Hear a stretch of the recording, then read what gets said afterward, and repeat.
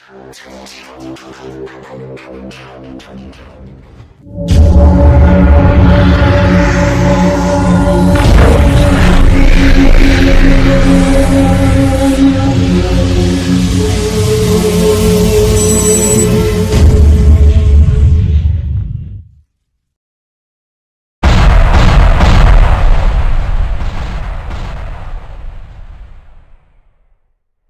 personal relationship with God, which could mean different things in the Bible, like having God as a friend, or your father, or maybe your teacher. But there's one particular way that the Bible talks about this relationship that you find all over.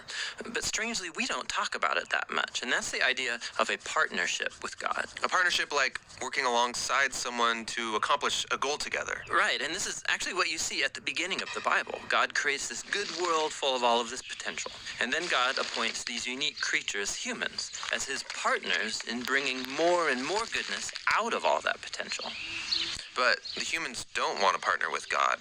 They rebel and try to create a world on their own terms. And so this broken partnership is the Bible's explanation for why we're stuck in a world of corruption and injustice and the tragedy of death. It's not like there's just one or two humans who have bailed on this relationship. In the story of the Bible, everyone has abandoned the partnership with God. So what God does is select a smaller group of people out of the many, and he makes a new partnership with them called a covenant. And in a covenant, God makes promises, and then in exchange asks his partner to fulfill certain commitments. And the purpose of all of this is to somehow use this covenant relationship to renew his partnership with everybody else. Now, there are actually 4 times in the Old Testament that we're told God initiates a covenant relationship with Noah, Abraham, the nation of Israel, and King David. And it's through these that God is forming a covenant family into which all people will eventually be invited.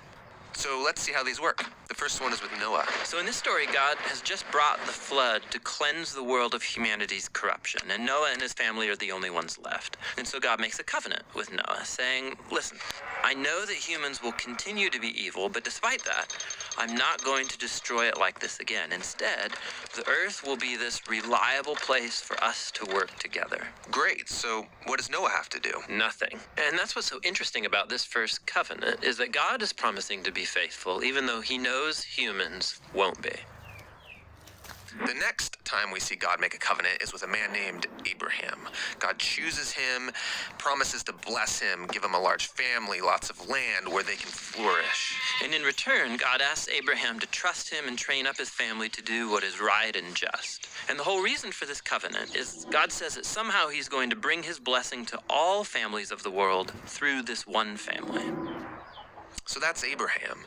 The next time we see God make a covenant is when Abraham's family grows into the tribe of Israel. And this covenant is with the whole tribe.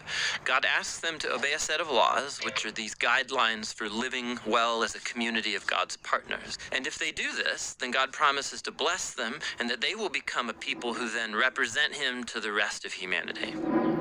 That's the covenant with Israel. The last covenant is with King David. Yeah, the tribe of Israel has become this large nation, ruled by David. And God asked David and his descendants to partner with him by leading Israel in obeying the laws and doing what is right and just. And God promises that one day, one of David's sons will come and extend God's kingdom of peace and blessing over all the nations. So those are the 4 covenants that God makes in order to restore his partnership with the whole world. But here's what happens. Israel breaks the covenant. They worship other gods, they allow horrible injustice, and so they lose their land and are forced off into exile. So it seems hopeless. But during this time, Israel's prophets talked about a day when God would restore these covenants in spite of Israel's failure, somehow. Yeah, they called it the New Covenant. And this is actually what's so interesting about Jesus, is that he's introduced into this story as the one who fulfills all of these covenant relationships.